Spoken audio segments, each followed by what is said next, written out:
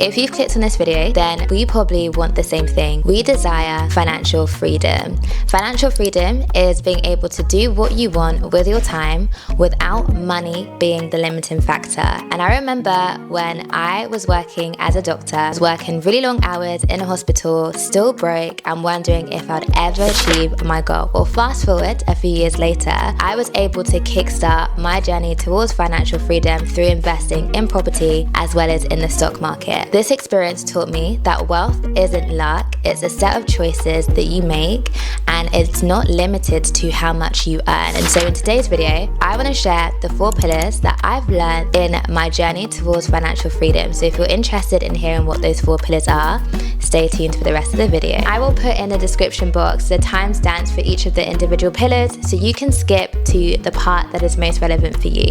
And if you haven't met me before, I'm Dr. Yesa, a medical doctor working in London who creates content on personal finance and how to use your 9 to 5 to create wealth. And if you haven't subscribed, make sure you hit the subscribe button so you can see my latest uploads and you can join the family. Pillar 1 is mindset, and this is the way you think about money. Before you can build wealth, you need to think like someone who already has it, because how you think about money determines how you use it. Many people think that being wealthy or having a multi-million-dollar business starts off with an idea, but Napoleon, in the book Think and Grow Rich, actually offers a different perspective. He states, whatever the mind can conceive and believe, it can achieve. So you can literally rewire your brain to attract wealth. So here are 5 things that you can do to reshape your mindset for success.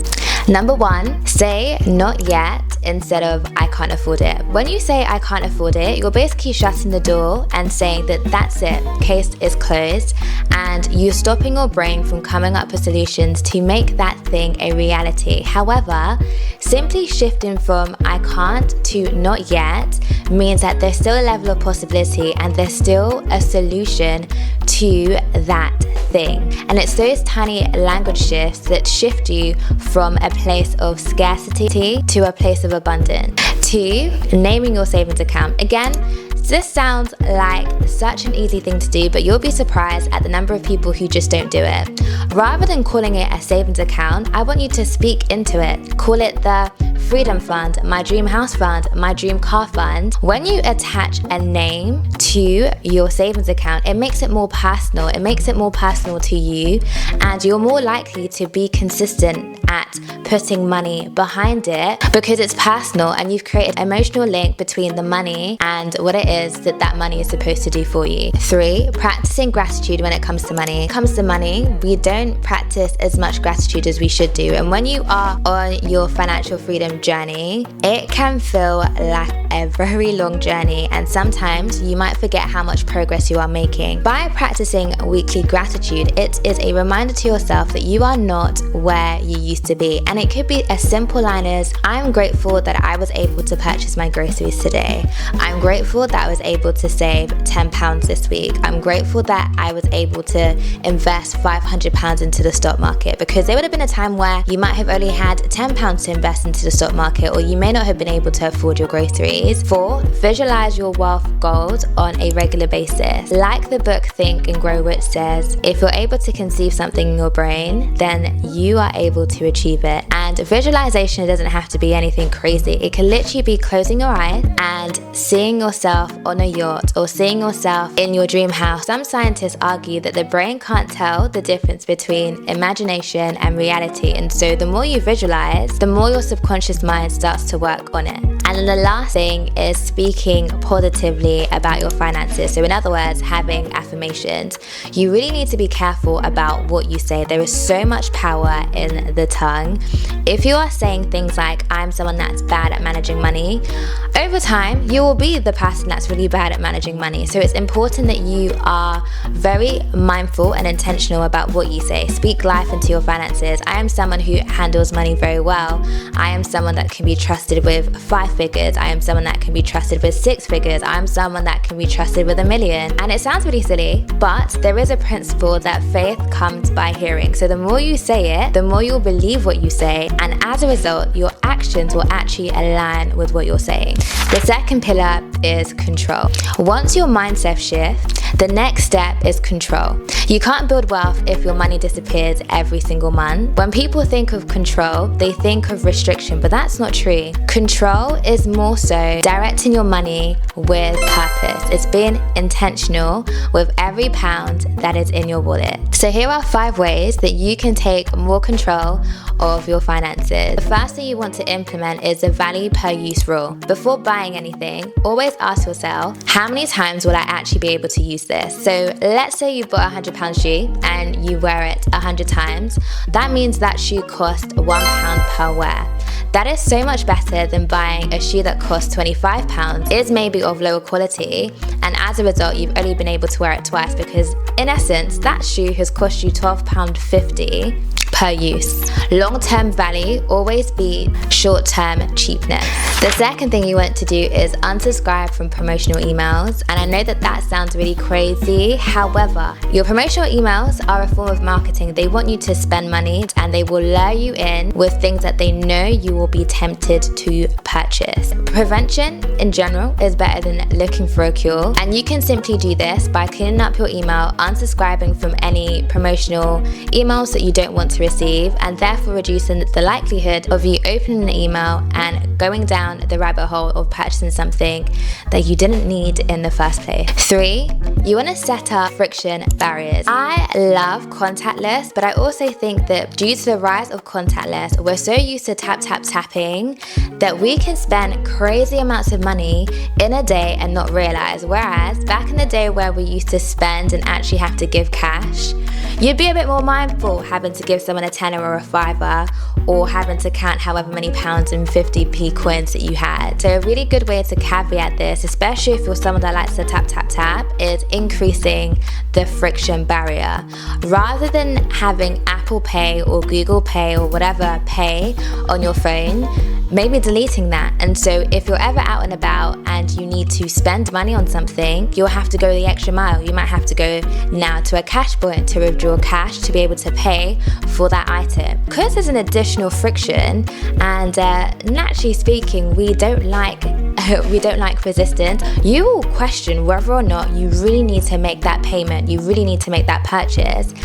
And 9 times out of 10, you'll realize that this was just this would have been nice, but I actually don't need it. And so you'll end up spending less money just because of that additional friction barrier. 4, make sure you create a splurge pot. When people talk about saving, they make it sound really ugly and really unsexy. They make it seem like you can't have coffee if you love coffee, you can't eat out if you don't want to eat out, you can't buy a new dress if your shoe has a hole, you can't replace it because you are saving. Saving doesn't have to be ugly, it doesn't have to be unsexy. It's all about putting money towards the things that you value and not putting money towards things that don't give you any value. A really good way to stop yourself from maybe going into your emergency fund or going into your dream house fund or your dream car fund is having a splurge pot. And a splurge pot is basically where any money in that pot can be a splurge. If you wanted to get a £10 coffee, you can take money from your splurge pot and not from the other saving pots that you've got. However, once all the money in the splurge pot is gone, there is no more splurging for you that month. That is it until the next month. But doing this means that you're less tempted to go into the other pots that are actually helping you create the life that your future self wants. And then the last thing you can do is round up your purchases and save the difference. So let's say you went out and you spent £4.50 on a drink, right? You can round that up to £5 and put the 50p towards your dream house fund or your emergency fund or whatever fund it is. And if you think about how many transactions the average person does in a day, although 50p by itself doesn't sound that much, think about how much 50p would be in a day, and then by the end of the week, and then by the end of the month. And remember, we are investing for the long term, so think about how that will nicely compound into something that is a lot bigger than the 50p. The third pillar is building. Now that we've got our mindset under control, the third pillar, which to me is the most important pillar, is building. And this is where your salary starts working for you and not against you. And you don't need 6 figures to start. You need to be consistent and you need to have a plan. And the reason why I say you don't need to have 6 figures to start off with, I talk about my journey as a doctor. Doctors, junior doctors especially, do not make 6 figures yet. I was able to get onto the property ladder and start my investing journey. I'm gonna reiterate again, in case you missed it the first time, your salary does not discriminate you from building financial freedom. You just need to be consistent, you need to have a plan, and you need to implement the things that I'm about to share. 1, pay yourself first. I repeat, pay yourself first. This is honestly the most fundamental, life-changing rule that I have implemented and I still implement to this day. Paying yourself first means that when your salary comes in, you move a certain percentage of the money to your savings account, which you would have personalized because we talked about this already, or towards an investment account before anything else. And then once you've done this, with whatever money is left over, you can use that to pay your bill and to do whatever needs to be done. And the reason why this is so revolutionary is after they've paid all their bills and after they've gone on a cheeky splurge, that's when they typically save or invest whatever is left over. But you can imagine, and with that, there's a lot less intentionality. 2, auto invest every payday. This actually leads nicely from point number 1. The more automated something is, the more likely it is to go from start to finish because you've removed the human element needed to drive it. You've removed tiredness, you've removed forgetfulness, you've removed maybe having second doubts about whether or not you want to put money aside towards investing and saving each month. So by automating, you are making sure that your future self gets paid, and you can decide how much you want to automate. It could be £20 a month, it could be £50 a month, it could be £500 a month. But the key thing is making sure that the payment is taken out automatically without you having to think about it. And one thing you'll notice is after a while, you won't even realize that the money is missing, especially if you time it on the day that you get paid, because the money would have come out, and then by the time you look at your balance, you'd think, oh, okay, I have a little bit to play around with this month, but actually you don't. It's just that a certain percentage has already gone towards your investing and saving account. 3, keep your lifestyle cash. We are in a world where people want to look rich when they are not rich. They want to look wealthy or have a lifestyle of a wealthy person and a rich person, but their bank account doesn't align. They might be on a yacht, but they are eating Indomie. Like, it just, the 1 + 1 doesn't give 2. Capping your lifestyle means not getting a new car, a new phone, a new something whenever you have an additional amount of money, but taking that additional amount of money and investing it and saving it. If you have a pay rise, if you get a bonus, rather than spending that money, keep your lifestyle the same and then take the difference in that money and invest it or put it towards your personalized savings account. The wealthy, they keep more as opposed to spend more when they have a surge in money. 4, check your account on a weekly basis. This isn't about micromanaging, it's about being intentional and making sure that our spending is in line with our budget. So I would advise setting a specific day. If a Friday works for you, then you check your account every Friday. And if anything, Friday is a good day because you can reflect on the transactions you've made in the week. You can see if you spent more, if you're on track, or if you've actually spent a bit less. And then you can make any improvements going forward into the week ahead. If you don't know what your finances are doing, you will not be able to make any actionable changes, which is why checking your account on a weekly basis is really important. And then the last point is selling unused stuff.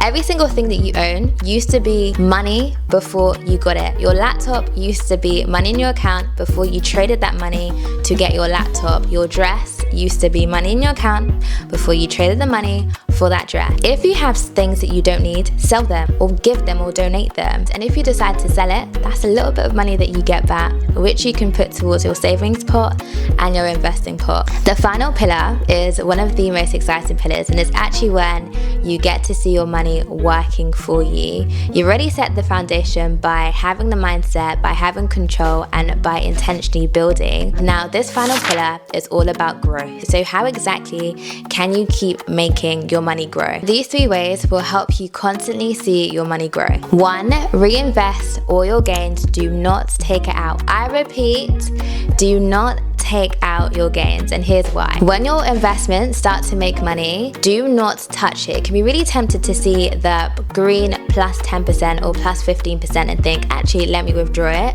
But that is wrong. That is not what you do, and that is not what the wealthy do. You need to reinvest every pound, every dividend, every gain back in and not touch it, because that is how a phenomenon known as compounding will work to your benefit. And compounding is when your money earns interest, and that interest makes more money for you.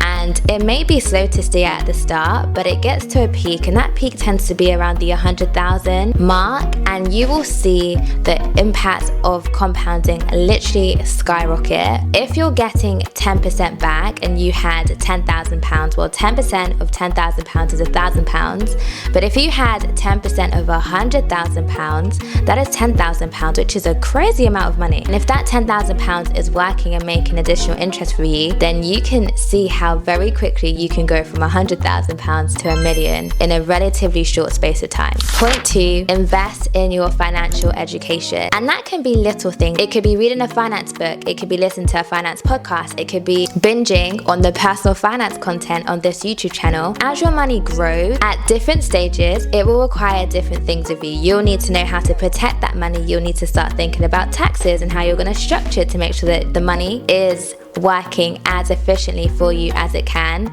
and that stuff requires a level of education. So if you can build your personal finance foundation now, it means when you do get to that stage, you know how to act. And if you don't have the time to educate yourself on your personal finances, then be around people who are experts in the field. 3, track your money and your net worth. This isn't something that you do on a regular basis, but it could be something that you do at the end of every quarter or twice a year, or maybe at the end of the year, depending on what works best for you and what your goals are. But tracking is important. You cannot grow, you cannot improve something that you have no idea of its current status. By tracking, it gives you insights into what you're doing well and where there may be room for improvement. And by actioning those areas of improvement, you can ensure that at all times you are in alignment with the overall big goal. One thing that I've learned is awareness builds discipline, and discipline builds wealth. So yeah guys, that brings me to the end of this video where I expose the 4 fundamental pillars in building financial freedom.